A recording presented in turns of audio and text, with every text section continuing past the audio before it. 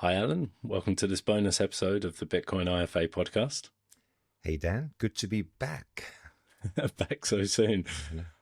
So we're recording again very hastily, given the FCA's announcement last week. I'm just going to read that to you. So David Giel, the Executive Director of Payments and Digital Finance at the FCA, said, "This consultation demonstrates our commitment to supporting the growth and competitiveness of the UK's crypto industry. We want to rebalance our approach to risk, and lifting the ban would allow people to make the choice on whether such a high-risk investment is right for them, given they could lose all their money." And this obviously relates to the fact that the FCA have announced they are lifting the ban on crypto ETNs for retail investors. Given the news on Friday, what were your initial thoughts and feelings? Yeah, it was interesting, wasn't it? I was away at the weekend. And Friday afternoon, my phone starts buzzing with, have you seen the news? Have you seen the news? So obviously I caught up with it, and I've been sort of reading and trying to catch up with it over the weekend. Interesting. Just to clarify, and of course, it was just announced literally a couple of days ago from the date of this recording. So we're pretty, I think all of us are still trying to find out a bit more information and get some clarity. But my understanding is it's more of a consultation. They are sort of minded to lift the ban, but they're looking for feedback. It's a pretty short consultation period. I think it's into July when they'll close the date for the opportunity to give some information and feedback. So assuming there's nothing untoward happens through that consultation period, then I guess they'll set a date to lift the ban. That in itself I find quite interesting, because I wasn't really aware of this, but these things did exist, and UK investors could get access to these things called ETNs, and we can talk about this because ETNs is not a sort of a structure or a format that, as an advisor, I've really ever engaged with or come across. I don't think many advisors have. ETFs is one thing, but ETNs, probably worth spending a minute just kind of outlining what those are. But interesting, my reading over the weekend. So these things existed. I know a number of people have now found out did buy them, invest in them, and own them. Price of Bitcoin when they were effectively banned was about $30,000, $35,000.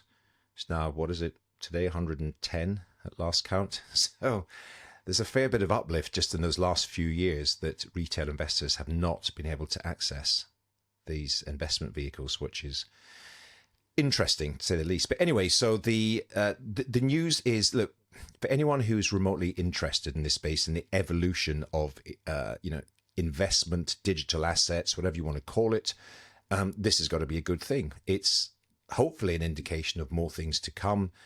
I'd like to think that the UK regulator and affiliated therefore with the UK government have recognised that the UK appears to be falling behind other countries, particularly the United States, but quite a lot of other countries, and even sort of smaller and emerging countries as well around the world, who are moving much faster and embracing the technology and creating the regulatory framework. So in summary, I see it as a positive. I think I'm going to be, on behalf of my firm, going to be responding to this request for the consultation. And for any of your audience and advisors listening, I think it's very worthwhile, download, have a read of the document and submit your view, whatever the view is. If your view is, I don't think we should have these for retail investors, if you've got a thoughtful response, or yes, this makes sense and here's why. I think it's quite important that we all contribute so that the FCA can see that there is kind of an upswell of interest and hopefully some relatively positive opinion. So we'll be submitting our feedback soon. That's great to hear, and I would encourage everyone to give their feedback to the FCA. I will actually be updating my LinkedIn with the email address that you can email to. So shameless plug there to go and have a look at my LinkedIn page and find the page post to get that email address. But I think you're absolutely right. It needs some feedback, but it obviously reverses the decision. So retail did have access to these ETNs up until 2021. Mm-hmm. So they, as you mentioned, they've missed out on somewhere between sort of 3 to 10x, because I think in 2021 it was as low as $10,000. So, yeah, whatever you think about the FCA, and maybe they have been a bit overbearing here, retail should be able to make their own decisions. So banning crypto potentially went against some of the COP's rules, which is to do no harm in client outcomes, because they have potentially missed out on somewhere between 3 and 10x in that time. But I think the most important thing for me for getting retail access is that it should grant regulated advice. So advisors will now be able to advise on crypto assets, whether they want to recommend them for their clients or not, but they can talk about them and recommend them. So given those changes, what does that mean for you and Capital? And potentially, I don't want you to speak for the whole IFA community, but potentially for IFAs in general, what changes could it lead to in your planning and your advice over the next few months, years? Okay, well, my understanding is that if this, as is likely to be, is signed off as an approved investment vehicle for UK retail investors, which, let's face it, is the audience of regulated IFAs in the country, it now removes the excuse that advisors have had for the last number of years, in that, look, it's not regulated. I don't know much about it, but I can't even talk to you about it. I can't advise you about this asset class in general, which I think we talked about last time you and I were on this podcast. So particularly now, you've got different regulatory structures, you've got restricted advisors. But, I run, as you know, an independent business. We are an independent whole of market. My understanding is we are expected to, at the very least, review all options, all products, all services available across the entire spectre, and then come up with our own decisions, regardless, whether we would adopt, embrace, and advise upon and recommend certain asset classes and investments, or whether we would exclude them. But we've been doing this for years. There's a number of things that we don't advise on, but we've got a very, thought through, researched, evidence-based process which documents as to why, this is what we embrace and invest in, these are the things that we don't, and these are the reasons why. So my understanding would be, if this then follows through, that all independent advisors, restricted I'm not sure about, they might have through their corporate structure to say that at a corporate level we just don't permit our advisors to advise on all these various other things. But independent firms, this brings it into the scope of review and analysis and advice. So as and when this goes through, products will become available. They'll be open to retail investors. Now, of course, all these things are well and good to have approval. Then you've got to have there were obviously a number of different companies and products that offered these ETNs in the past. I guess they'll come back. I guess there'll be new entrants where there's a growing market. You've then got some practical implications about how do you access these, not yet known. Will these sit on traditional advisor platforms, wrap accounts, will transact, offer? Theoretically, most of the modern platforms now are open architecture. So theoretically, if this is a listed security, access should be available. So, but I'm just saying that there's a whole series of things that need to happen. First of all, the consultation needs to end. The FCA will go away then and come up with their response. It is likely that they will then lift the ban.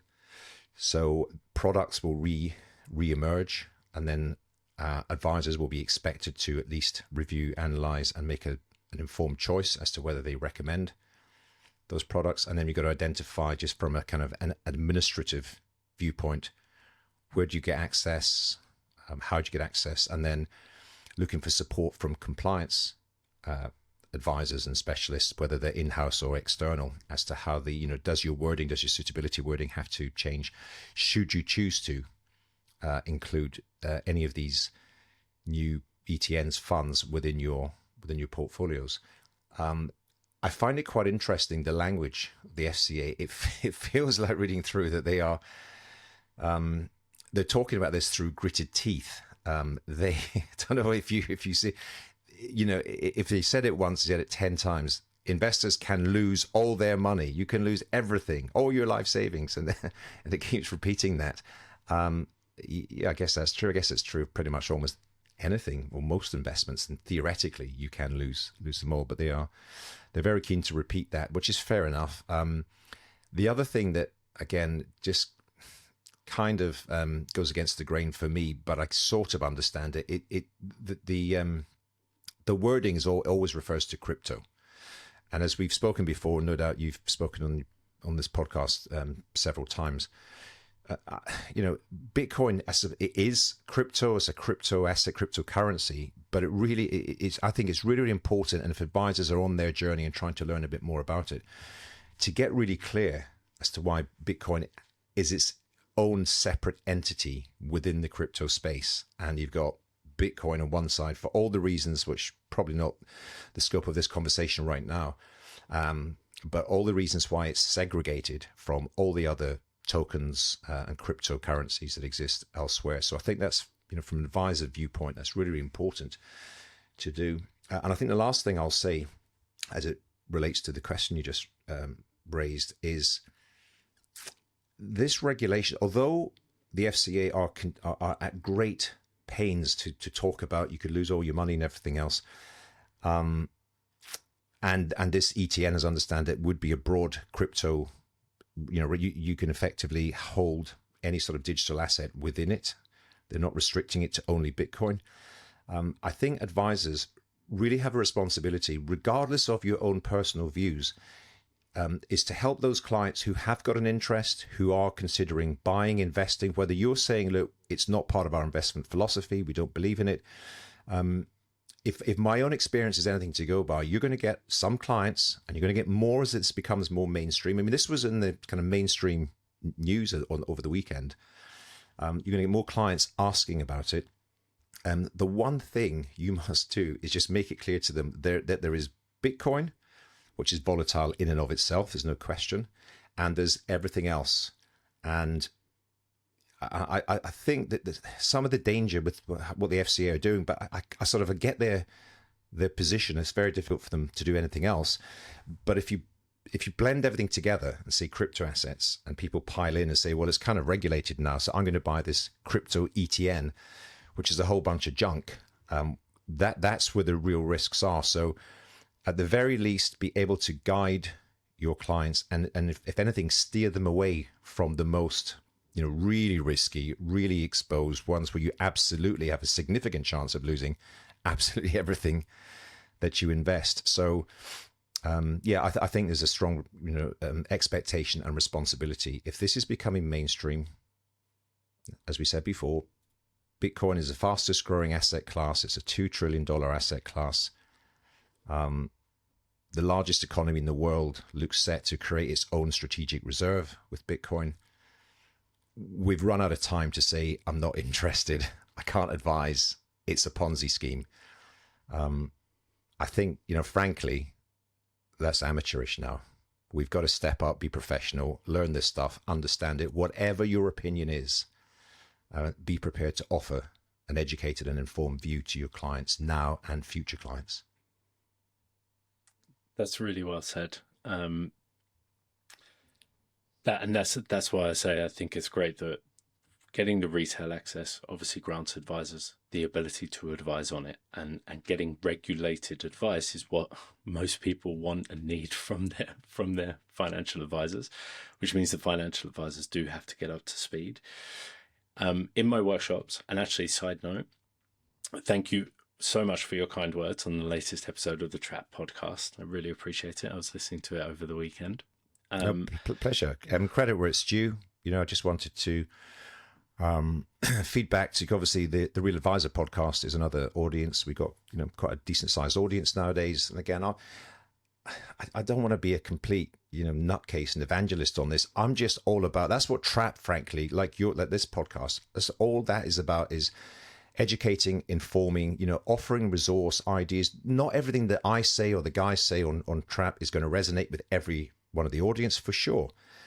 But where there are new resources, new things that come along, which we find interesting.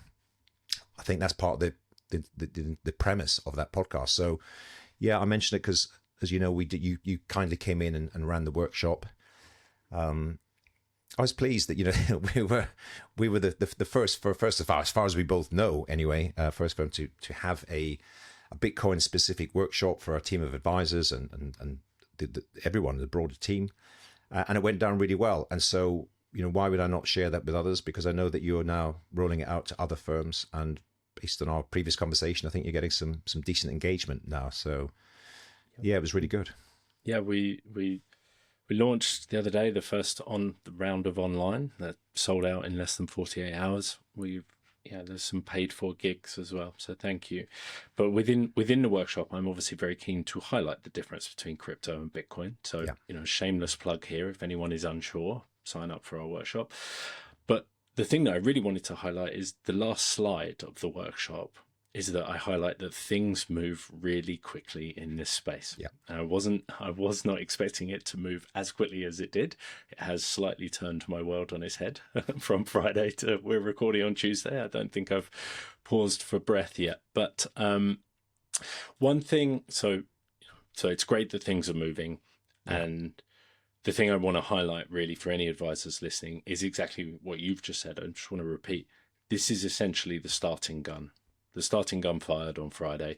You've probably got somewhere between 3 to 6 months to really get up to speed on this before you're walking into your first client meeting where you have the ability to speak about Bitcoin in a regulated manner, but more importantly, potentially face questions about it. So, you know, now is the time to get up to speed. That's what we're here for. We want to educate and inform and help. So, shameless plug over to Alan. Do you think the regulatory sufficient, or do you think the regulation was sufficient in terms of granting retail access? And what I mean by that, we're going to come on to the difference between the instruments such as ETNs versus ETFs. Now, my understanding is that an ETN is a debt instrument that sits outside of the UCITS rules, which are a European-wide or an EU-wide rule that we still adhere to. So the UK, in theory, could now back away or pass new regulation outside of UCITS. An ETF, or exchange-traded fund, has to buy the underlying asset and have it stored, you know. So in the case of Bitcoin, if you bought one Bitcoin from the fund, they have to have that Bitcoin in cold storage behind the scenes. Now, an ETN doesn't have to. So they are a debt instrument that promises to track the price of the underlying asset, gold, Bitcoin, whatever it is, but they don't have to buy the asset. Now, I posted a LinkedIn post about this yesterday. I'm going to be updating it today to say that I was slightly misinformed, hadn't done enough research on this.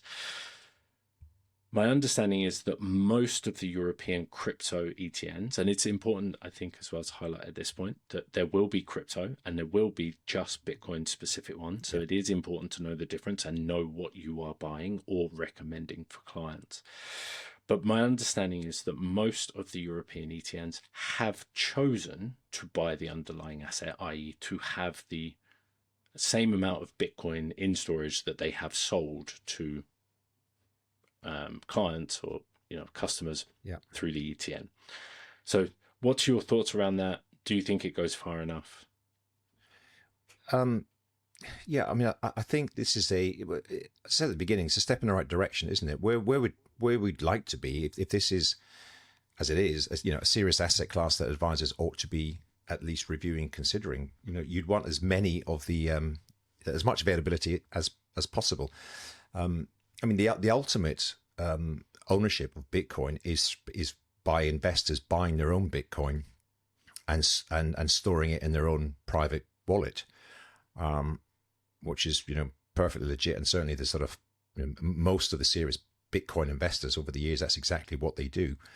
But there are steps. There are people who haven't remotely even considered it who are likely to consider it in the future. So the step is to get access through a fund. You know, as you and I have spoke about in the past, because of the great limitations in the UK, you know, to hold Bitcoin or its equivalent in traditional retail investment wrappers like ISAs, SIPs, etc., what that has created is people buying sort of Bitcoin proxies. So MicroStrategy being the most famous one. The MicroStrategy is all well and good, but it's a US listed company with effectively what it is leveraged ownership of Bitcoin. And as you and I also know, there's recently IPO'd in the UK a company called Smarter Web Company, SWC, which is another opportunity for UK investors who perhaps either missed the boat or don't want to expose themselves to US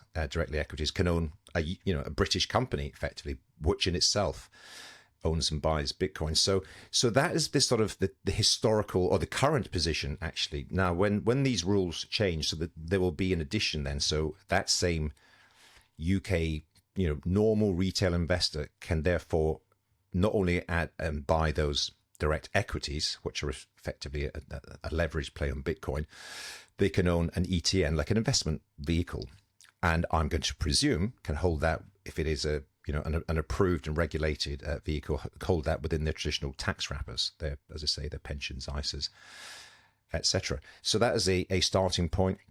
I agree with you. I didn't know too much about ETNs because I just never come across my radar. Not in any sort of significance. So you understand that, and yes, it's a debt instrument. It's outside of UCITS rules. So there's some regulatory implications of that. But at least those who are dead keen to own Bitcoin directly, or through a fund, without necessarily buying the leveraged approach through a listed business, it's another option. We all want as many options as we possibly can. Ideally, the next step of that evolution is an ETF, which is obviously within the UCITS regulation, and it's something that most advisors are familiar with in the UK. And again, it's interesting though, ETFs massively popular in the US. My understanding is that there are some tax advantages of holding ETFs versus mutual funds, less so in the UK. They're still within the advisory community. Just my own experience in my own firm, ETFs aren't widely used. We still use what are used to be called OICs, but kind of mutual funds, traditional funds, because some of the theoretical advantages of ETFs is things like intraday trading, is sort of buying and selling throughout the course of the trading day, which for 99% of advisors is irrelevant because that's not what we do. We tend to be mainly long-term buy and hold. So ultimately, in the fullness of time, if you've got the full range of structures, wrappers from ETNs to ETFs to mutual funds, direct holdings, etc. That's all well and good. That's a bit of a journey. I think that's probably a couple of years away, realistically. But nevertheless, back to the education and getting informed, to understand what these things are, what the pros and cons are of the ETNs, which are the first one that are going to be kind of coming down the line and will be available to advisors. There's another point I think within this, which I think is quite interesting, which is we're all familiar with the absolute, the weight of money which is flowed into model portfolio services like MPS. It seems the absolute flavor of the month. We know there's literally billions and billions flowing into these funds, ranging from kind of the Vanguards and the BlackRocks of this world to Timeline and a whole bunch of others. There's so many of them, and it's quite an elegant solution for a lot of advisors who tend increasingly to focus on the financial planning and the strategic advice, and they want a simple and elegant solution to plug into, to fuel the financial plan effectively. What I'm currently finding interesting, and I haven't spoken to anyone about this yet, is once these ETNs are approved, so therefore any of the model portfolio services will presumably have access to them, who'll be the first to roll something out that says, look, we've got a range, whatever it is, and going back to the Bitcoin workshop, one of the slides, or a couple of the slides that you share, does show some data that, and I know it's all, hindsight is a precise science, it's a historical view, but nevertheless, history does give us an indication as to what the future might look like. But had you held 1%, 5%, 10%, 20% of your 60-40 portfolio in Bitcoin, it hasn't made a big impact. I mean, it's particularly at the higher numbers. I mean, insane numbers. But we'll take it all with a pinch of salt, because obviously the future returns for Bitcoin, we couldn't remotely expect them to be similar to what they've been, as it was a really sort of growing and emerging asset class. But nevertheless, even taking sort of modest assumed returns. So there's going to be some interesting, competitive movements, I think, for one of these MPS players to say, we've got a portfolio, and you could have anything from 1% to 10% of this, an ETN type product, which underlying it holds Bitcoin and only Bitcoin, nothing else. It'll be interesting to see who that will be and what the uptake will be. As you and I have spoken, online and offline, we're still very early in IFA land for this, but I detect, and with the uptake that you've had for your workshops, slowly but surely, more people are at least hoping to get informed and educated. So, model portfolio services that a lot of advisors now outsource to will be an interesting change to see whether, companies, launch something. Yep. I've had conversations with a few MPS providers. And none of them seem to want to put their head above the parapet. So It'll be interesting to see. So I think it's one of those situations where no one wants to be first, but no one wants to be last. Right. So they're waiting for their first domino to all get on board. But yeah, what they can't do, or they would find very difficult to do, is create a new fund. Yeah. That's time consuming. There's a lot of regulatory stuff there. But what they can do is create a portfolio. So if they already have an existing portfolio, they could just reroute, say, 2% of that portfolio into a new Bitcoin ETN, and then wrap that up as a new portfolio, which then advisors can put clients into relatively easily. So it's I think most of these friction. As the ones I've looked at anyway, they are they're exactly that. They're portfolio services, and they usually have underlying a range of whoever they are, the BlackRocks, the Vanguards, you name it, within the portfolio. So if there's a BlackRock ETN, Bitcoin only ETN in there, would you have your range of, US equities, European equities, bonds, whatever, and 2% of the BlackRock ETN within it? That would seem a logical evolution. But you're right, there's, as often, there's advantages of first mover and being there, but there's also disadvantages. There's a lot of the trouble is right now we're still in that moment where there remains some stigma, all to do with sort of this generic term, crypto, and do you want to potentially threaten your brand reputation by being seen as being a company that offers crypto investments to IFAs. Somebody's going to be brave at some point, because I do think clearly there is a market, and a growing market. Yeah, completely agree. And I think we've seen this is the first domino in a series of dominoes, which ultimately, hopefully, ends with, as you say, being able to, if you wish, store on-chain Bitcoin in your own wallet within tax wrappers such as ISAs and SIPs.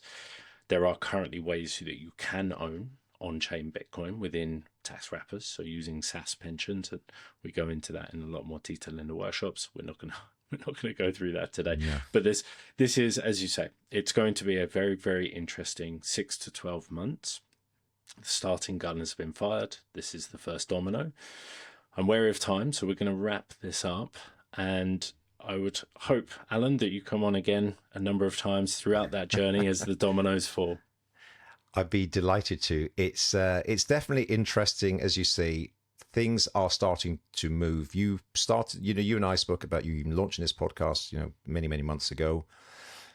It seems to me that the movement has started. There is a general direction of travel, and the regulator, whether it's through external pressure, seeing what other countries are doing.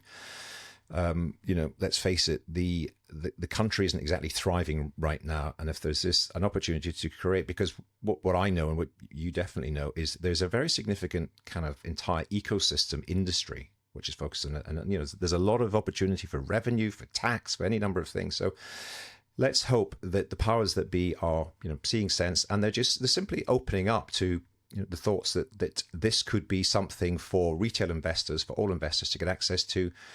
Do your own research. That applies to investors as well as it does. And I think this is the key thing, and we'll keep repeating it on this podcast and everywhere else.